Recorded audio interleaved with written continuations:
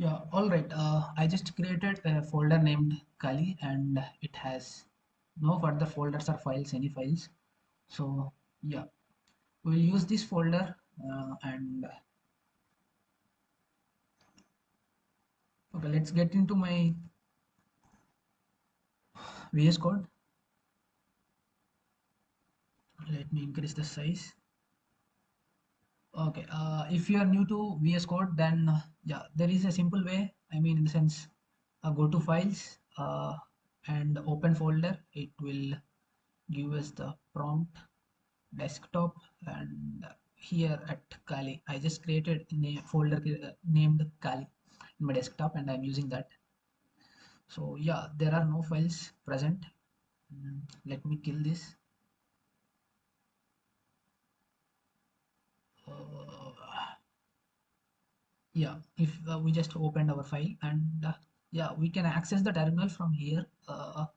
Click on terminal and you can choose new terminal. uh, as default I'm using Windows, so it gives shell command, but we can shift to any of this. I'm having Kali Linux. I'm going to shift that. So yeah, uh, okay, the very first command in the section of directory management, I will go with pwd, in the sense present working directory. It prints the path, we say. It prints the present path of the present working directory.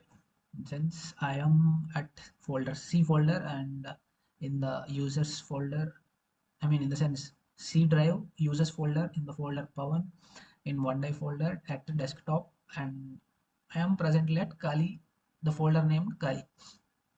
So let me print what are all that this particular directory, in the sense folder, has. So for that we use ls to print, in the sense list all the things that present in that particular directory.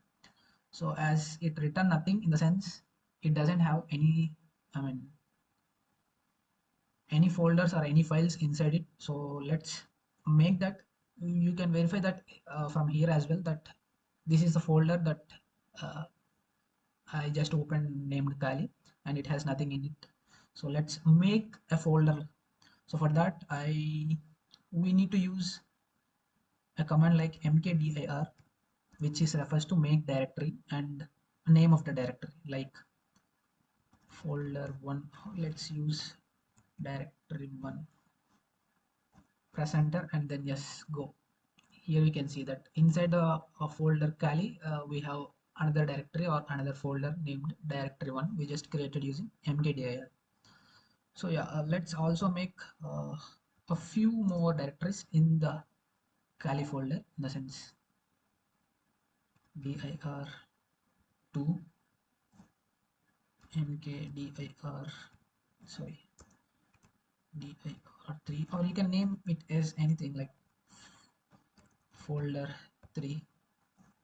So if you use ls, in the sense list all the things that present in that particular folder, our particular folder that we are in is Kali, so list all the things that Kali folder contains, then it gives three folder names, which is directory 1, directory 2, folder 3. So yeah, but what about if you want to make if you want to create any file, then you can use touch. And for now we just let me create a text file named file.txt. Sorry, it should be touch touch and file.txt. We need to specify that extension like .txt, .csv, and that is when the system knows what kind of I mean file or folder you are trying to create. Yes, you can even create touch file dot csv, but as of now it doesn't make any sense. Here it created a csv file. Let's not use that. uh, you can let's say if you want to use I mean command lines, I mean any commands to delete a directory, then you can use remove directory in the sense rmdir.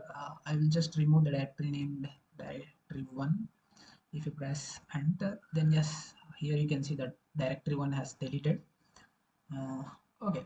Mm, uh, let's say you want to jump into the directory 2 in the sense present working we are at here in the Kali folder. If you want, as we have I mean directory 2 in that Kali folder, we just want to get into the directory 2, so then you can use cd in the sense change directory. And if the directory that you want to get into is in the same folder, in the sense same directory as you are in, then you can just give the name of the directory, in the sense name of that directory that you want to get into, in the sense here now directory 2, and press enter. And here you can see that name has, I mean path has changed to dir2.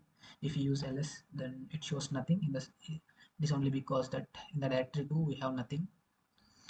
Okay, let's create uh, a file2.txt text file named file2 in the directory of dir2. So let's make that. You can see file2.txt is present in the directory 2. As of now we are in the C drive. Let's use df. Okay, let's see what it prints. See, df results many things like file system, 1k blocks used, available, percentage used, mounted to.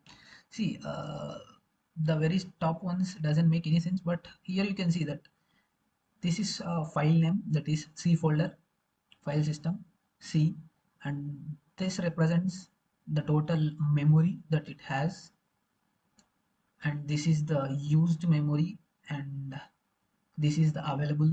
You can see it here, used, available, and in percentage the next item is how much percentage that we have used, and where it is, in the sense if you want to locate, then what is the path. And same for the D drive, that is 33% is used, and for the P drive it is 16% used. And yes, I have a Docker. It is a application like app in the C folder, and that is 75% used. So yeah, if you don't have Dockers, then you won't be getting this, but yes, you will be getting about the file for drives, details about drives, how much it is used. See, these results are not actually human readable. If you want it to be human readable, then you can use the extension like -h, and if you press enter, yes,